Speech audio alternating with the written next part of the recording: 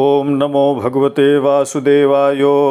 मित्रों, आज की इस वीडियो में आश्विन कृष्ण पक्ष में पड़ने वाली इंदिरा नामक एकादशी की व्रत कथा का हम श्रवण करेंगे। जैसा कि आप सभी को मालूम है कि हमारे चैनल पर सभी एकादशियों के व्रत कथा को जिस तरह से पुराणों में वर्णित है उसी प्रकार संस्कृत और हिंदी में लाया जा रहा है। उसी के क्रम में आश्विन कृष्ण पक्ष में पड़ने वाली जो इंदिरा नामक एकादशी है उसकी आज आप कथा को सुनेंगे। बोलिए वृंदावन बिहारी लाल की जय। युधिष्ठिर उवाच कथयस्व प्रसादेन ममाग्रे मधुसूदन आश्विने कृष्ण पक्षे तो किम नाम एकादशी भवेत। युधिष्ठिर बोले, हे मधुसूदन, हे श्री कृष्ण, आश्विन मास के कृष्ण पक्ष में किस नाम की एकादशी होती है? आप मेरी प्रसन्नता के लिए उसे कहिए। श्री कृष्ण उवाच आश्विनस्यासिते पक्षे इंदिरा नाम नामतः तस्या व्रत प्रभावेण महापापं प्रणश्यति अधो योनिगतानां च पितॄणां गतिदायिनीं शृणुष्वावहितो राजन् कथां पापहरां परां यस्या श्रवणमात्रेण वाजपेयफलं लभेत्।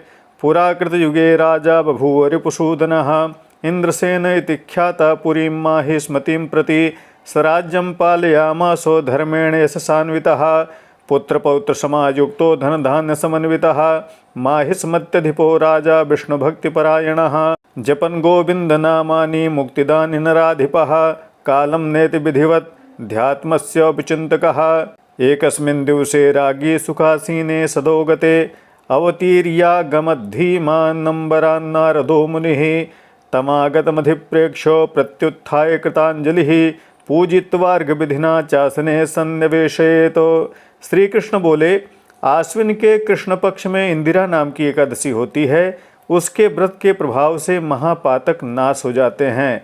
नरक में जो पितर हैं उनको मोक्ष देने वाली और पापों का नाश करने वाली जो कथा है उसे सावधान मन होकर के सुनिए। इसके श्रवण से वाजपेय यज्ञ का फल प्राप्त होता है। पहले सतयुग में रिपुसूदन अर्थात शत्रुओं को दंड देने वाला एक राजा हुआ। वह इंद्रसेन के नाम से प्रसिद्ध माहिष्मतीपुरी का राजा था। यश से युक्त वह राजा धर्म द्वारा प्रजा का पालन करता था।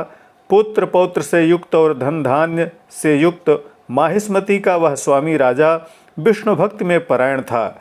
मुक्ति को देने वाले गोविंद के नाम का जप करता हुआ वह राजा विधिवत अध्यात्म विद्या का चिंतन करता, जप करता, तप करता था और इसी तरह से अपने काल को, समय को व्यतीत करता था। एक दिन वह राजा सुख से सभा में बैठा था कि बुद्धिमान नारद मुनि आकाश से उतरकर उसके समीप आए। उनको आया हुआ देखकर राजा ने हाथ जोड़कर अर्घ्य की विधि से पूजन कर आसन पर उन्हें बैठाया। सुखोपविष्टा समुनि प्रत्युवाच नृपोत्तमं कुशलं तव राजेन्द्र सप्तस्वंगेषु वर्तते धर्मे मति वर्तते ते विष्णु भक्तिरतिस्तथा इति वाक्यम तु देवर्षे श्रुत्वा राजा तमब्रवीत। सुख से बैठे हुए नारद मुनि उस राजा से बोले, हे राजेंद्र, तुम्हारे राज्य के सातों अंगों में कुशलता तो है, तुम्हारी मति धर्म में तो है और तुम विष्णु भक्ति में रत तो हो। देवर्षि के ऐसे वचन सुनकर उस राजा ने उनसे कहा, राजोवाचो तत्प्रसादान् मुनिश्रेष्ठ सर्वत्र कुशलम मम अद्य क्रतुक्रिया सर्वा सफलास्तव दर्शनात् प्रसादं कुरु विप्रशे ब्रूह्यागमन कारणम इति राज्ञो वचः श्रुत्वा देवर्षिर्वाक्यमब्रवीत। राजा बोले, हे मुनिश्रेष्ठ, आपके प्रसाद से सर्वत्र कुशल है। आज सब यज्ञों की क्रिया आपके दर्शन से सफल हो गई।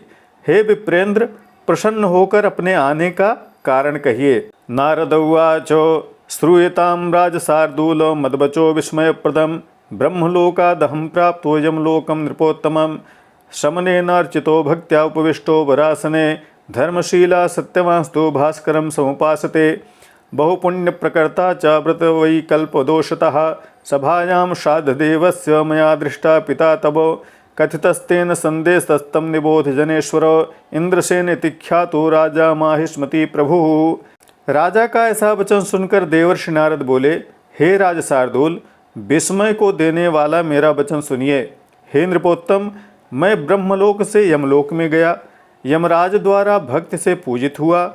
मैं श्रेष्ठ आसन पर जब बैठा वहाँ धर्मशील और सत्यवान यम की उपासना करने वाले बहुत से पुण्य को करने वाले तुम्हारे पिता को व्रत के बिगड़ जाने के दोष से यम की सभा में देखा। उन्होंने जो संदेश कहा है, हे राजेश्वर, उसे सुनिए। तस्याग्रे कथय ब्रह्मन् स्थितं मां यम सन्निधौ केनापि चान्तरायेण पूर्वजन्मोद्भवेन वै स्वर्गं प्रेषय मां पुत्रो इन्द्रियावतदानतः इत्युक्तोऽहं समाजाता समीपं तव पार्थिव पितुः स्वर्गतये राजन्निन्दिराव्रतमाचर तेन व्रत प्रभावेण स्वर्गं यास्यति ते पिता। उन्होंने जो संदेश मुझसे कहा है उसे सुनिए कि माहिष्मति पुरी का स्वामी इंद्रसेन नाम का राजा है। हे ब्रह्मन, पूर्व जन्म में किए हुए विघ्न के प्रमाण से मैं यमराज के समीप में स्थित हूँ, ऐसा उससे जरूर कहिएगा। हे पुत्र, इंदिरा नाम की एकादशी का जो व्रत है उसके पुण्य फल से मुझे स्वर्ग में भेजो। हे राजन, तुम्हारे पिता द्वारा ऐसा कहा जाने पर मैं तुम्हारे समीप आया हूँ। हे राजन, पिता की स्वर्गगति के लिए तुम इंदिरा एकादशी का व्रत करो। उस व्रत के प्रभाव से तुम्हारे पिता स्वर्ग को जाएंगे। राजोवाचो कथयस्व प्रसादेन भगवन्निन्दिराव्रतम विधिना केन कर्तव्यम कस्मिन् पक्षे तिथौ तथा। राजा बोले, हे भगवान, आप प्रसन्न होकर मुझसे इंदिरा का व्रत कहिए कि वह व्रत किस विधि से करना चाहिए और किस पक्ष में तथा किस तिथि में करना चाहिए, सब कुछ मुझसे बतलाइए। नारद उवाचो शृणु राजन् हितं वच्मि व्रतस्यास्य विधिं शुभम् आश्विन्यासिते पक्षे दशमी दिवसे शुभे प्रातः स्नानं प्रकुर्वीतो श्रद्धायुक्तेन चेतसा ततो मध्याह्न समये स्नानं कृत्वा बहिर्जले पितॄणां प्रीतये श्राद्धं कुर्यात् श्रद्धा समन्वितः एकभुक्तं ततः कृत्वा रात्रौ भूमौ शयीत च प्रभाते विमले जाते प्राप्ते चैकादशी दिने मुखप्रक्षालनं कुर्यात् दन्तधावनपूर्वकम् उपवासस्य नियमं गृह्णीयात् भक्तिभावतः अद्य स्थित्वा निराहारः सर्वभोग विवर्जितः स्वभोक्षे पुण्डरीकाक्षो शरणं मे भवाच्युतो इत्येवं नियमं कृत्वा मध्याह्न समये तथा शालग्राम शिलाग्रे तु श्राद्धं कृत्वा यथा विधि भोजयित्वा द्विजान् शुद्धान् दक्षिणाभिः सुपूजितान् पितृशेषं समाघ्रायो गवे दद्याद् विचक्षणः पूजयित्वा ऋषिकेशं धूपगन्धादिभिस्तथा रात्रौ जागरणं कुर्यात् केशवस्य समीपतः तथा प्रभात समय संप्राप्ते द्वादशी दिने अर्चयित्वा हरिं भक्त्या भोजयित्वा द्विजानथ बन्धुदौहित्रपुत्राद्रै स्वयं भुञ्जीत वाग्यतः अनेन विधिना राजन् कुरु व्रतमतन्द्रितः विष्णुलोकं प्रयास्यन्ति पितरस्तौ भूपते। नारद जी ने कहा, हे राजन, सुनिए, इस व्रत की शुभ विधि को मैं कहता हूँ। आश्विन के कृष्ण पक्ष में दशमी के दिन श्रद्धायुक्त होकर प्रातःकाल स्नान करें। उसके बाद मध्याह्न में स्नान कर जल के बाहर आएं। फिर श्रद्धायुक्त होकर पितरों की प्रीति के लिए श्राद्ध करें। उसके बाद भोजन करके भूमि में शयन करें। फिर निर्मल प्रभात होने पर जब एकादशी का दिन प्राप्त हो तब दंत धावन करके मुख को धोएं। फिर भक्तिभाव से व्रत के नियमों को ग्रहण करें कि आज निराहार रहकर सब भोगों से वर्जित रहूँगा, कल भोजन करूँगा। हे पुंडरीकाक्ष, हे अच्युत, तुम मेरे रक्षक हो। इस प्रकार नियम करके मध्याह्न के समय शालग्राम शिला के आगे विधि पूर्वक श्राद्ध करके शुद्ध ब्राह्मण को भोजन कराकर दक्षिणा दें। श्राद्धीय पिंड को सूंघकर गौ को दें। धूप गंध आदि से ऋषिकेश भगवान का पूजन करें। रात्र में भगवान के समीप जागरण करें। उसके बाद द्वादशी के दिन भक्त से हरि का पूजन करें और ब्राह्मण को भोजन कराकर दौहित्र बंधु तथा पुत्र आदि समेत स्वयं मौन होकर भोजन करें। हे राजन, इस विधि से आलस्य रहित होकर व्रत को करिए तो तुम्हारे पितर विष्णुलोक में जाएंगे।